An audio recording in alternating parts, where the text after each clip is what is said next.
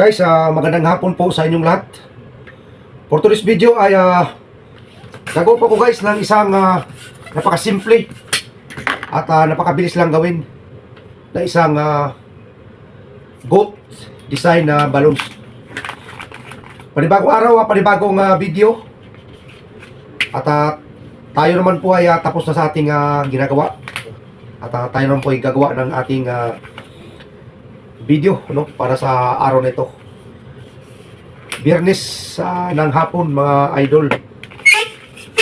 So gagamit po tayo mga idol ng isang pirasong 260Q na chrome rose gold yung ating gagamitin para sa ating gagawing goat design. So let's start. Ito mga idol is para po sa kanyang ulo. So 3 finger bubble, pihit lang, twist, tapos dalawang bilog na magkasing laki yung size. Yan po. Tapos connect lang natin.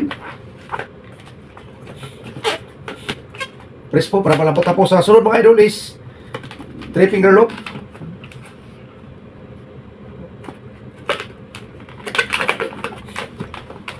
Tapos ikot lang natin. Tapos ganoon din dito sa kabila. 3 finger loop. So napaka bilis lang nitong sundan mga idol. Kahit tayo po ay nag-aaral pa lang gumawa ng balloon twist is agad-agad po natin itong makukuha. So ito mga idol is papasok natin dito. Itong dalawa. So ano lang natin, ayos lang tama. So yan po mga idol yung sungay ng ating magiging kambing. So next is 2 finger bubble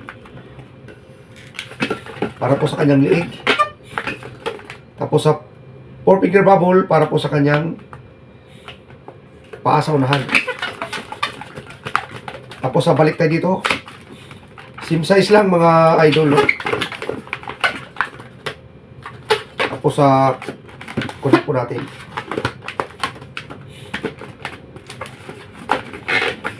Tapos 2 to 4 finger bubble para po sa kanyang magiging katawan. Tapos 4 finger bubble dito sa bandang likuran ng kanyang paa.